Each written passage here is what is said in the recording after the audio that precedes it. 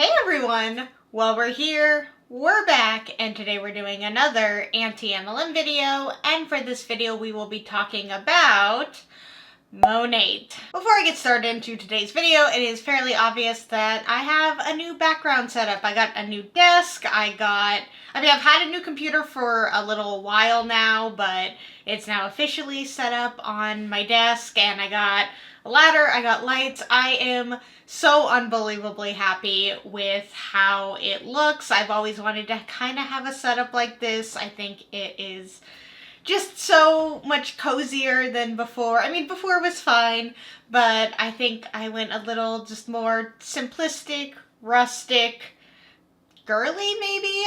If the lights are maybe too distracting, I may just change them to not change, but we will have to see how this video goes.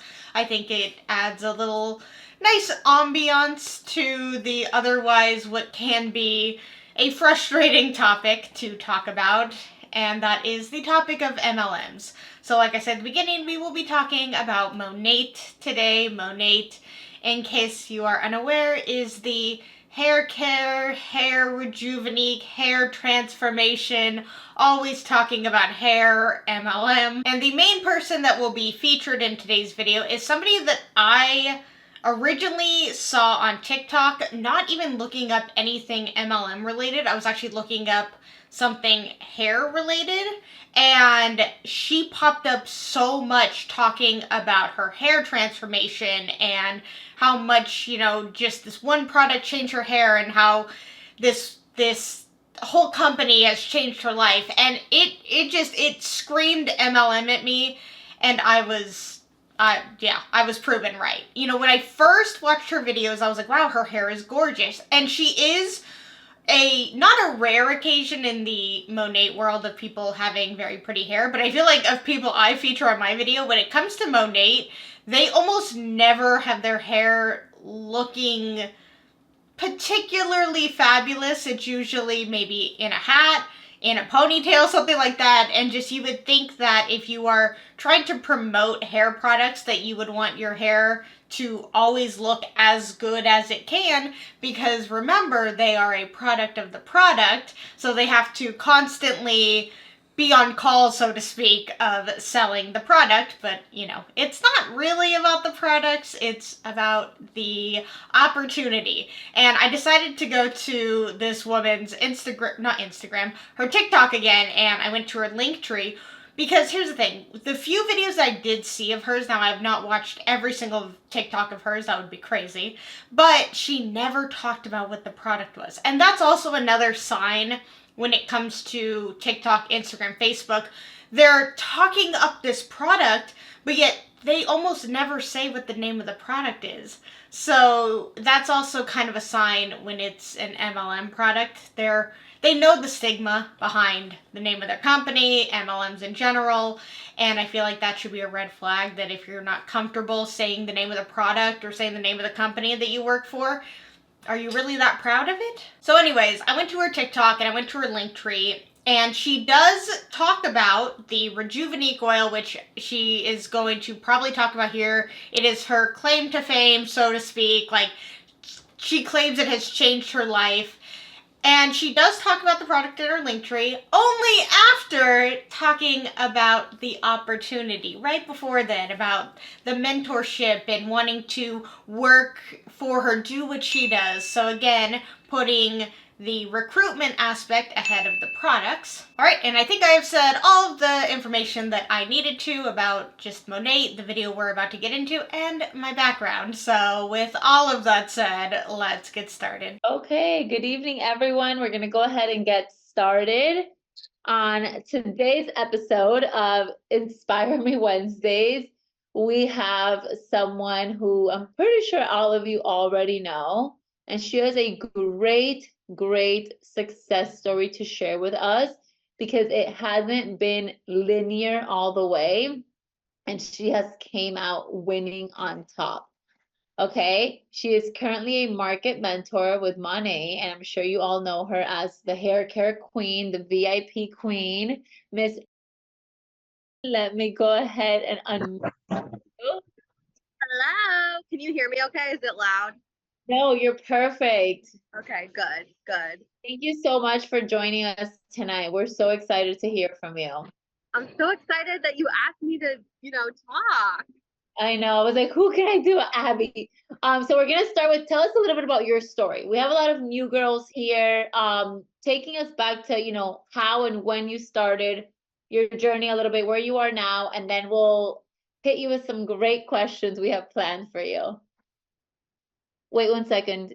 Wait, you're muted. Am Okay. I unmuted now? Yeah, go. Okay, perfect. So I want everybody to take this into account to always follow up with your potentials, because my mentor, Brittany Neerman, she followed up with me a dozen amount of times. Nicole Vituli is our upline, our director upline, and she was saying, she was like, give up on this girl. This girl obviously doesn't want to start, because I kept giving all the excuses. I had the time excuse, I had the money excuse, I had, I was working 100 hours a week. I was a full-time bartender, full-time intern, dog mom, all the things. I was moving across country and graduating, literally all of the things. Sounds like you were busy, which is a completely reasonable reason to not want to get into something that somebody else is begging you to join. Again, if this thing is so great, so wonderful on the person who is in, you wouldn't have to beg other people to be a part of it. You wouldn't have to follow up day after week, after month, after year of somebody either ignoring you or telling you no over and over and over again. You would just be doing your own thing. You wouldn't worry about reaching out and continuously talking to people who tell you no over and over and over again. That wouldn't matter. But no, you do need to do that because you need to catch somebody at a weak moment in their life, or, come up with some sort of wonderful, not excuse, but wonderful manipulation tactic on why they need to join. It's just, it's again, the red flags are always there. If this is such a good, amazing business to be a part of, then people wouldn't constantly have to continuously beg you to join. And I kept giving her excuses. Or I kept telling her, I'll sign up next week. I'll sign up the week after. And things just kept happening over and over and over again, which is life, because if nothing changes, right? So finally, I saw her talking on her story. This was not from a follow-up. She was just talking on her story. And she was just genuinely so excited. And I was like, I need some of that energy. I need something different. So this also goes to show you never know who's watching. Even though you've asked people hundreds of different times, you never know who's watching, right? So I messaged her. I ended up moving across country. I started the business, moved across country for a job. I graduated, moved across country, and the job ended up falling through. So I had this, I went back to bartending, and then I started, getting this really, I really only wanted to do this for an extra $500 a month. And that's usually how a lot of people start. They want to do this part-time. So this is not something even $500 a month, I think you need to be in like the 5th or 6th rank of MONAT to be, and that's not even profiting $500 or $600 a month. That's just bringing in $500 or $600 a month, but not accounting for the overpriced products that you are purchasing each and every month. Something, a lot of people come into wanting to do this full time. So I started doing this part time, and I started realizing how much money could be made within this. So 2020 happened, and we all know what happens in 2020. I was bartending and the world shut down. You can't bartend in the middle of a pandemic, so I had to make this work. And ever since then, I've been doing this full time. And my back was against the wall, so I did everything I could. I was only MMB at the time. I was MMB at the time. And I got to MM within less than a year from that date. So I was MM before my 2-year mark. I'm going to just look at the income disclosure statement to remind myself about what these letters mean. Okay, so we're looking at MM is market mentor, and according to the income disclosure statement, 0.21% of people are in this rank, and the median annual gross earnings are $45,000. So fantastic. Unless like she was talking about the which again, I mean, if she is making that, then that is, something you can live off of. But then before, she said she was MMB, I believe, which is still less than 1% of the company, but median annual gross earnings are $9,000. So that's a pretty big difference, and still at less than 1% of the company. Earned my Cadillac, maintained MM for quite a while, and then my 2 MMB lines that I was relying on so much. I wasn't building other leaders. I wasn't, I was just honestly just sitting there. And both of those MMB lines ended up quitting. And again, notice how she worded that. So, because I'm going to say, that's not your fault. If people quit, that's not on you. That's not you, working any less or not being good at what you do. That's just outside sources leaving, and you need to have X amount of people at X amount of rank for you to hit the rank. It's not about you not hitting your sales numbers, so to speak. It's not you selling 100 bottles of shampoo. It's having 2 people leave and you de-rank. And especially when you have the car, again, she said she earned the car, you earned them being able to pay the monthly payment for the car, but they didn't just give you the car. But she did say, I wasn't working on getting other leaders. I was so, stuck with these people and just assumed they were going to stay. So she's already wording it as she was in the wrong for not getting more people involved and just falling back on these people staying, which is also true, but it does go to show that you have to constantly be getting people all the time. These ranks are not stable. It's not like you get promoted to a manager at your job and because 3 people leave below you, they were like, oh, you're no longer this manager. No, you get to maintain that title with your pay. But in an MLM setting, you don't get to maintain your title with your pay. If people leave and they don't have these silly little titles anymore, then you derank to a less silly title, a more silly title, an equally silly title. Either way, it's constantly about having as many people below you, not about how many bottles of shampoo she sold. So I lost those 2 legs, and then I lost MM.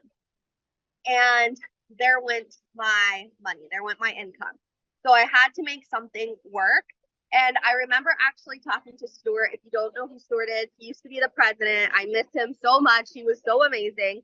But I was actually talking to him in DR, and he was saying, I was telling him everything. And he's like, you need to focus on blocks. And I know it sounds so dumb and simple, but I think a lot of us forget, even out of Smart Start, to focus on blocks.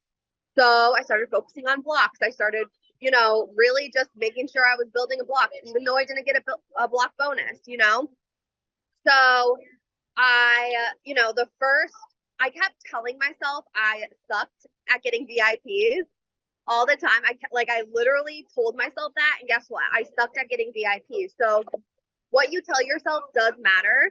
If you keep saying like, oh, I'm not going to maintain MMP, or I'm not going to maintain MMB, or I'm not going to hit this, I'm not going to hit that, then you're not. You're right. But if you say you are going to hit it, you're also right. Right?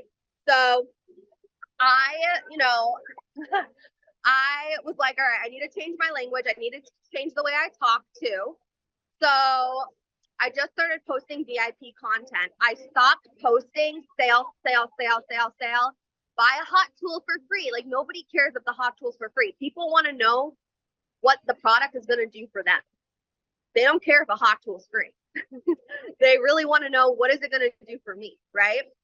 So I started posting more transformational content. I didn't even use my before and afters to begin with. I didn't think my before and afters were that great.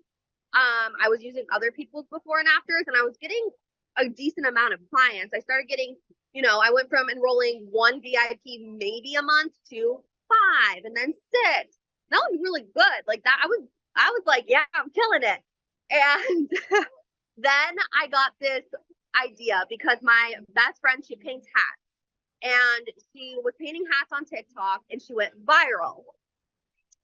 And she started selling out on hats. I'm like, okay, if this girl can do it with hats, I can do it with hair care, right? Not everybody wants a painted hat, but everybody needs shampoo. So Did she say her friend did that? That's kind of rude to be like, not everyone wants what she's selling, but everyone wants what I'm selling. Again, not everybody wants shampoo. Like, whatever they need, I guess they tell themselves because they are, brainwashed before they even get in that everyone washes their hair and everybody uses shampoo and blah, blah, blah. A majority of people, yes, use shampoo, but not in the MONAT price range. And even if they do it in the MONAT price range, they don't want an MLM product.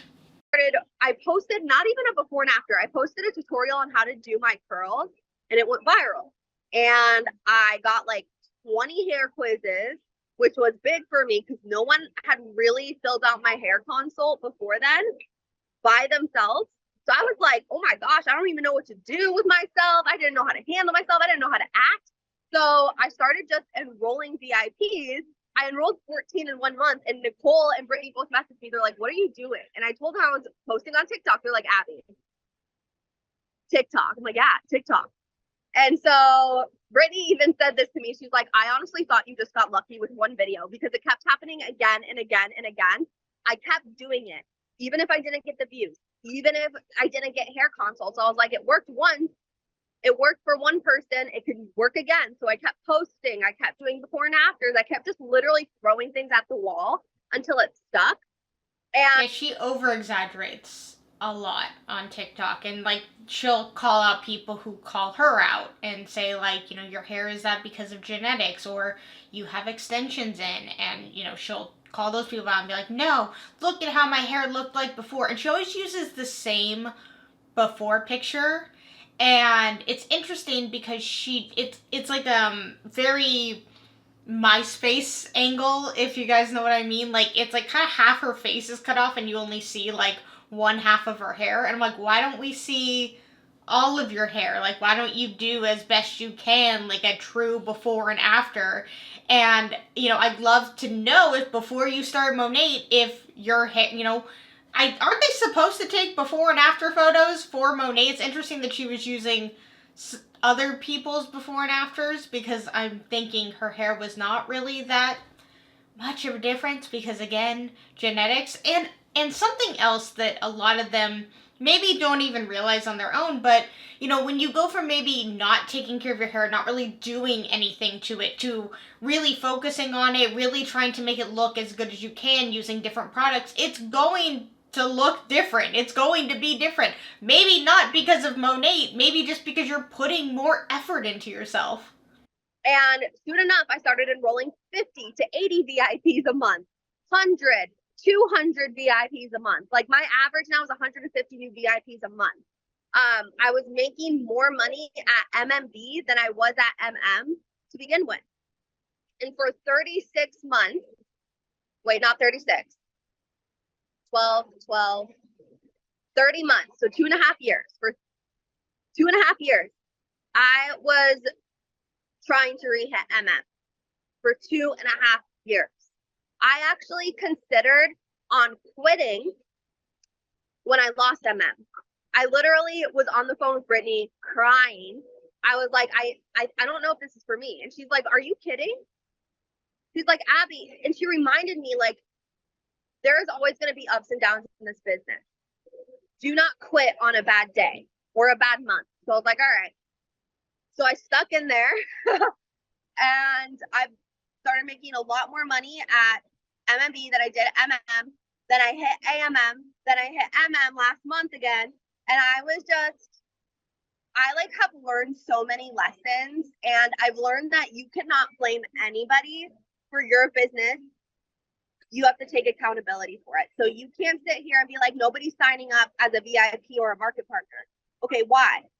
Are you doing your reach outs? Are you posting? It's all on you, because it doesn't matter if you have a hair transformation or if you don't. There's thousands of other hair transformations that you can show. Are you excited? Are you genuinely showing before and afters? Are you trying to do transformation? like showing transformations rather than a sale. Guys, I'm going to be honest. I do not post every sale. That's not my job.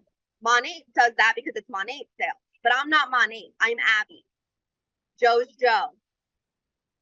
If you want to do skincare, do not post about a hair care sale. If you want to do hair care, don't post about a skincare sale. If you are skincare sale, if you want to do both, go ahead and do both. Be beauty, but you don't have to post every single sale because people have a natural sale mood too.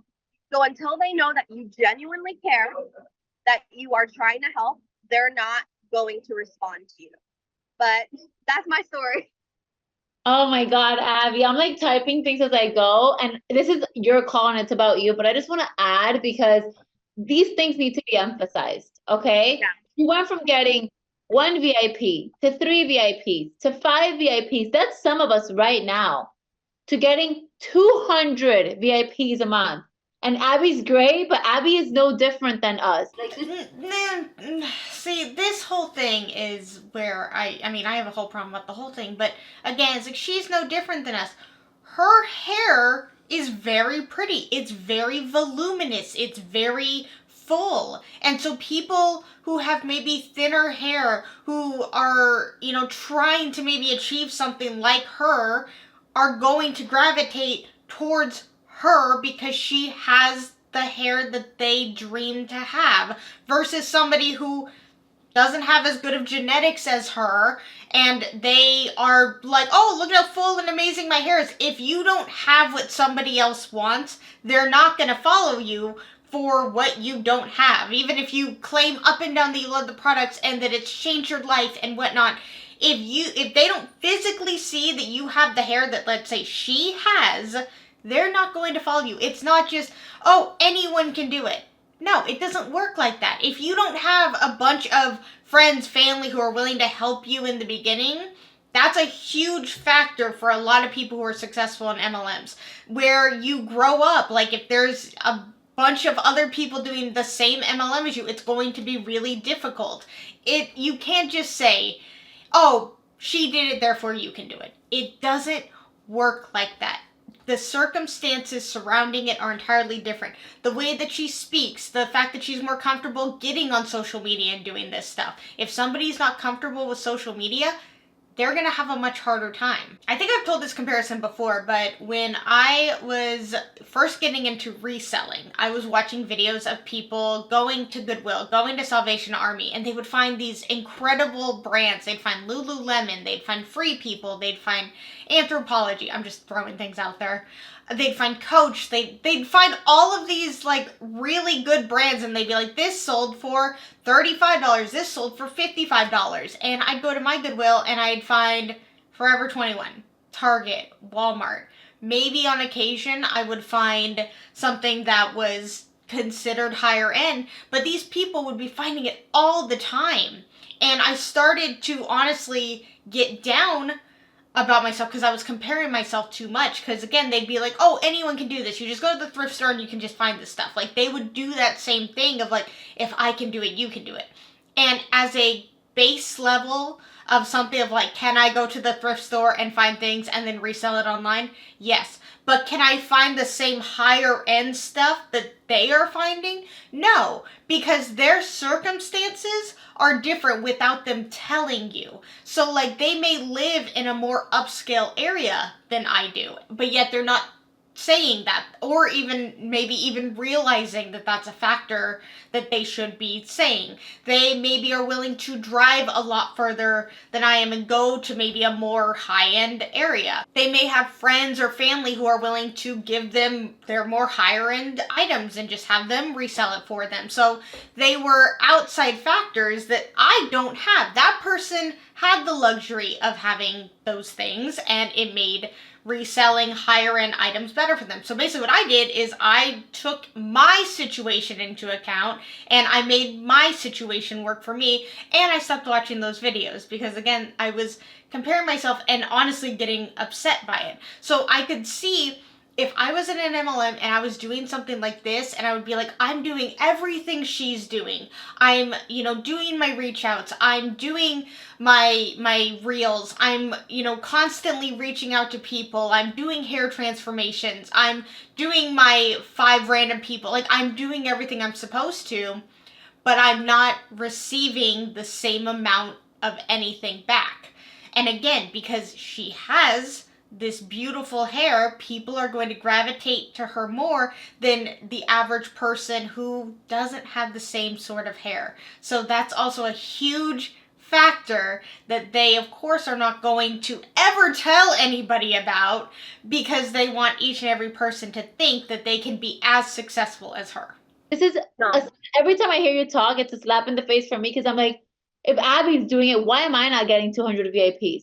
Right? So it's a wake up call for every single one of you. She was regular as Abby in the business, 5 VIPs a month, woke up one day, decided to make a change, and she said she went viral. The chances of, and again, I guess viral to everybody is subjective, but going viral on TikTok is also an outside factor that a lot of people don't have the luxury of. And her life and her business have transformed. And something else I want you guys to pay attention to, the income side of it, the money side of it. This girl makes so much more money than a lot of, probably even some MMMs that aren't really working their personal business. She said, I'm going to make these paychecks my you know what, and she has been with her clients. She I don't know, more than some directors, honestly. She said in a call the other day, like, how much she's been able to make, and I'm just like, off of being an MMB rank. So that goes to show us we control our paychecks. Okay, it's not like, oh my god, I'm not director, I can't make money. No, yes you can. So let's go on to the questions, because I'm sure a lot of this will be answered in in the questions we asked. I'm actually going to pass it over to Mariana, because she has the first one for you. Mari, I think, there you go. Hello. I might actually be at a place that is loud, and obviously the loudness. And I just wanted to say that when you're committed to your business, you can literally find a corner anywhere if you bring your tripod and your light, and you can work. So also, like, balancing that is huge, and we can do that here. That's a huge opportunity that we have. Abby. So an opportunity of the business is that when you're somewhere that's very busy, you could just go into a corner and prop up your phone and work anywhere. Well, more than likely, if you're out and about, you might be out with your family, you might be out doing something, fun, and instead you have to excuse yourself and go sit on this call to hear generic information that is said over and over and over again. Abby, I have a question that I've actually been curious about for a long time. What goes on behind the scenes? Because we see Instagram, we see TikToks, we see what you're putting out, but to have that kind of volume, it requires a lot of your commitment and a lot of your work. So what goes on behind the scenes? Love this question. This is so amazing. This is such a great question, because 95% of the time I am in sweats and a sweatshirt working. You see Abby like dressed up. Like, guys, the only reason why I have makeup on right now and my hair is semi-done, my hair's actually kind of straight because I did a video earlier, but because I'm at the casino with my family. That's literally it. See? Why is that a flex? You're at somewhere with your family and you had to excuse yourself to go work. Where is the time freedom? Why couldn't you say, hey, instead of doing the call on Saturday at 5, can we instead change it for Monday at 8, because I'm going to be with my family and I want to spend that time with them? Where is the time freedom? Like, working in a situation like this is not the flex they think it is. Yeah. That's it. I am most of the time in sweats working. Now, so when my business really took off, my fiance had actually gotten deployed. And I think a lot of people forget that other people have a whole other life. They have other stuff going on. They have their own personal traumas, all this stuff, right? So No, you are right. People do forget that because a lot of people in MLMs don't care that people are going through stuff. Even people that are in the MLM, they'll be like, hey, you need to be finding people. You need to be doing this. Oh, you're going through a traumatic thing or something's going on in your life. Well, use that to your advantage to get people, inspire people who are also going through that situation and get them involved in the MLM. So she is right. People do forget that people have lives outside of the MLM because a lot of people make the MLM their life, or they want the other people to do as they say because they also like to blah blah blah. I'm talking so fast. They also like to try and control outside people to join underneath them so they can rank up and them to spend money in their business because heaven forbid anyone spends money how they want in their life. So, I kind of threw myself into work. I actually did not have a tripod. I did not have a ring light. My phone was up, propped on my computer with my pop socket, and I was literally Googling hair stuff and repeating it. And I had built my business in a 12 by 15 bedroom at my dad's house. I moved back in with my dad because, long story short, our house was like, the lease was almost up. Hunter was only supposed to be gone for 2 months. He ended up being gone for 6 months. And it was just a lot. I had 2 big dogs living in that room with me because my dogs did not get along with my dad's dog. And I worked hours. Like, I would sit there and do hair consults, and it took me a minute to get, like, people ask me, they're like, I'm so overwhelmed with these 30 consults. I'm like, you have to actually sit down and do them because the systems I have took me a minute to actually sit down and get them done. Now I have a lot more time freedom because I actually know I can do this stuff while I'm walking, while I'm at the, like, I don't spend nearly as much. Again, is it time freedom if you're working while claiming to be just because you're somewhere fun doesn't mean you're actually enjoying the free time you have if you're working. As much time as doing these as I used to, but that's because I put the time in where a lot of people wouldn't. Like, I'm saying, sitting on my computer for hours, answering hair consults, sitting down, focusing. And it took a lot of focused work. No Netflix, no nothing, just focus. And that's how I started pulling in volume. And then people started reordering. My volume's at 50,000 and it's the 20th. Right? So it's like my PV. That's my PV. And so that's a lot of people reordering. And honestly, I have not worked as like a ton because I have a sustainable business now. But I think a lot of people forget that you have to work like a lot of people won't to live a life a lot of people don't. But yet when it's an opportunity call, you say that the product sells itself. You're just getting on social media, just talking about a product that you love. You make it seem so easy, like it's not a lot of work. You work part-time hours for full-time money, which I know they don't say that anymore. That is not their claim to fame. I think that was Lula Rose thing. They said you work part-time hours for full-time pay. But I know now that MLMs do not say that. They are very, very against that, which I do appreciate.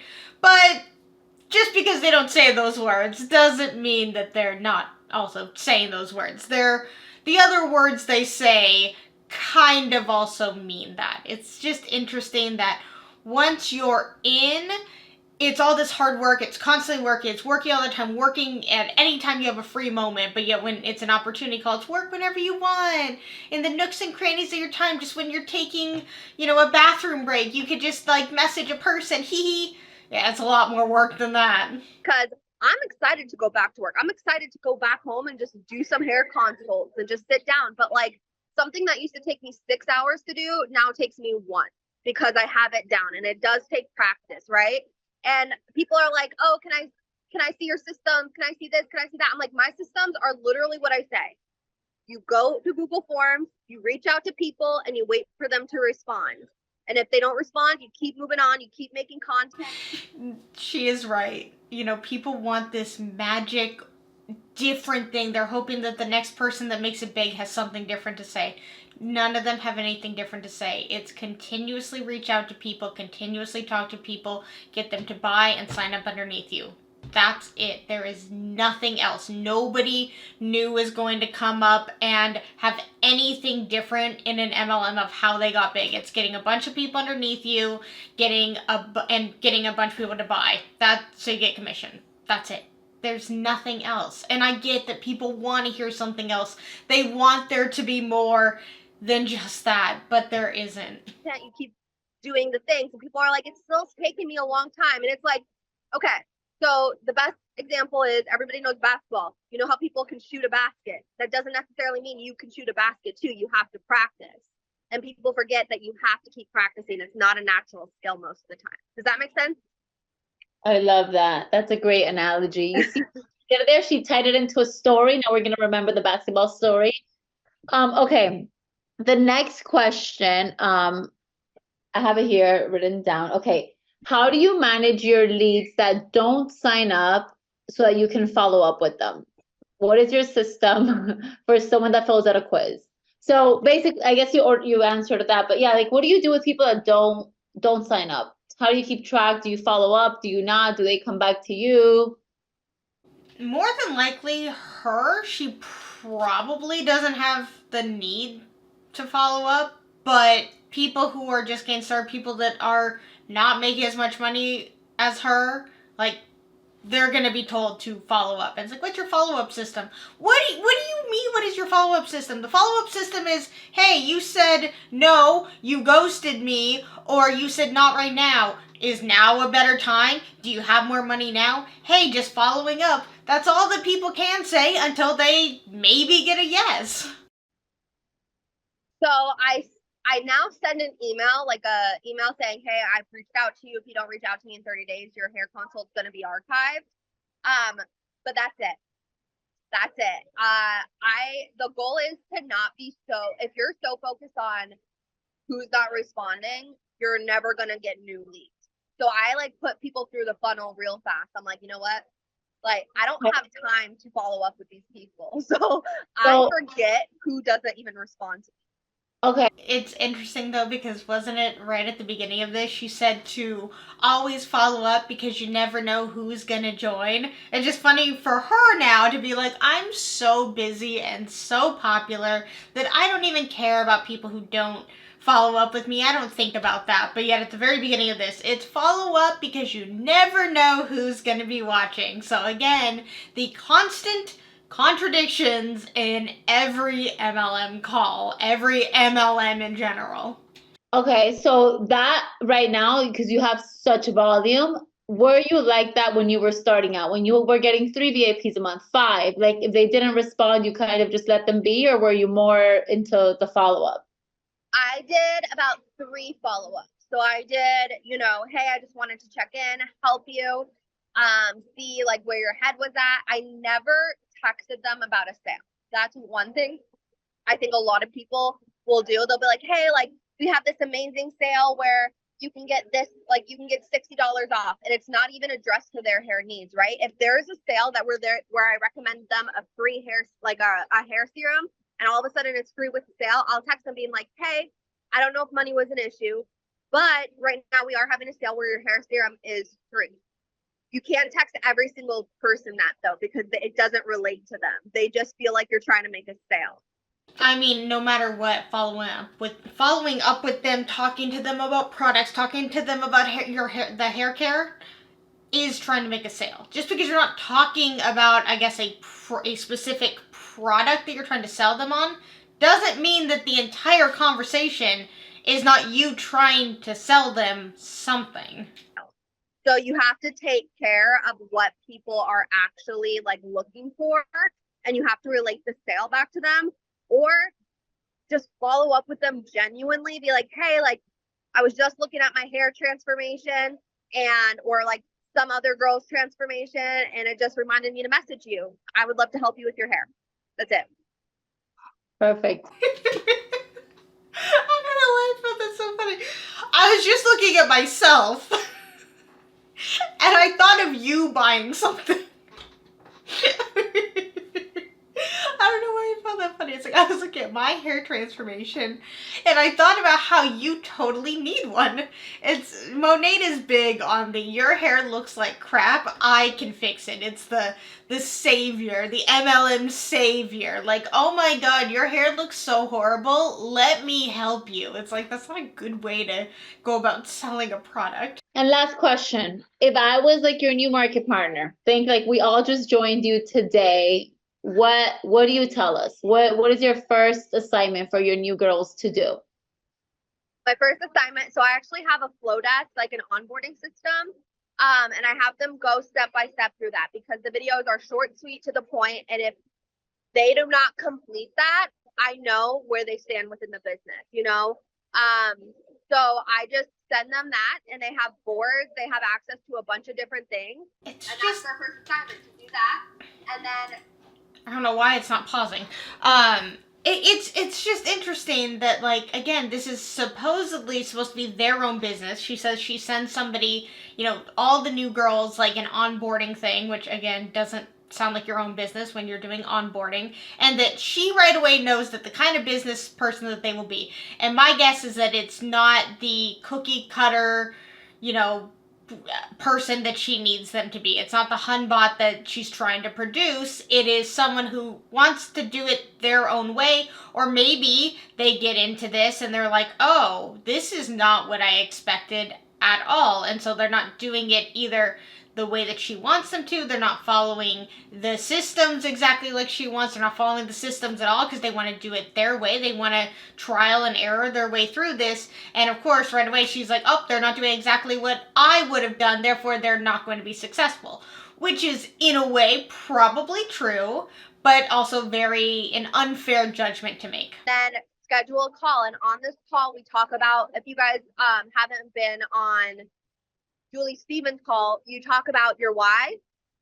You talk about how much money you want to make, how much time you have to commit, what their goal is. One thing that scares them about this business, so we get limiting beliefs out of the way. And then I also have a crucial conversation with them where I tell them, I'm like, you are going to have ups and downs. That is entrepreneurship. You have to pay your dues in order to get money, because I think like I set expectations for them a lot, because Eric Worre, he even said it the best, and this is so true. Okay. It's I call it the 1, 2, 4, 6 method. He calls it the 1, 3, 5, 7 method. But essentially for a year, you're going to be paying your dues. You're going to be underpaid for it's going to seem like a long period of time. You're probably going to be underpaid for even longer than just a year. And even if you, after a year, do see some money coming in, all that money that you spent the prior year to get to where you are, have you made any money, or have you lost a bunch? And yes, you may have some money coming in, but is that covering all the expenses that you spent in the previous year to get to the point that you're at now? Will you ever maybe, make it in the black, or are you just probably always going to be in the red? The income disclosure statement does kind of show that you're more than likely going to mainly be in the red. Period of time. Then you're going to be fairly paid for a short period of time, and then you're going to be overpaid for a long period of time, or your lifetime. And that's literally what I've experienced. I pulled all of my revenue from my last 4 years of this business, and then my revenue from just this year, and I've made more. I've doubled what I made within 3 years and 1 year. And that's insane. But that's because you're lying to people on TikTok. If you're willing to just throw your morals out the door, sure, you could probably make a decent amount of money. But, and again, I guess I can't say for sure that she's lying. I haven't watched every single TikTok of hers. But when you are getting online and talking about your hair transformation and talking about all this stuff, and you're not being honest about the fact that you are making money off of the product that you are talking about, and the fact that you are in an MLM business, I don't like that. That's also because of work, and you have to pay your dues in order to succeed, because success is not easy. It takes work, it takes consistency. And as a society, we're so used to, here's 5 hours of my time, I'll take $20, versus I will give you 10 hours of my time I might not get paid however much, but if I keep doing that for 6 months, I'll get paid more than my manager, my supervisor, my CEO. Like it all compounds versus just getting instant gratification, if that makes sense. That makes so much sense. And I feel like a lot of people need to hear that, especially our new girls, you know, starting off, or the ones that have kind of been stagnant for a little bit. It will all pay off. And for some of us, the financial aspect of it comes faster, and that just means that there's more personal development that you need to do, or there's more lessons that you need to learn. It does not mean that it's not going to happen for you. It's not a matter of if it happens, it's a matter of when it happens, you're going to be fully prepared to welcome it. And I mean, look at Abby. She did all that work. She was training because the universe, God knew she was about to be getting 200 VIPs a month. I bet you 99% of us, if we get thrown with 200 VIPs a month, we would not know how to handle them. Right? Yeah. So it's all about preparing for when that moment hits for you, whatever that moment is. But Abby, that is what we have for you. Thank you so much for getting on, for sharing, for being such an inspiration for all of us, and for showing us what's possible, literally how you've transformed your business just because you decided to like commit and apply.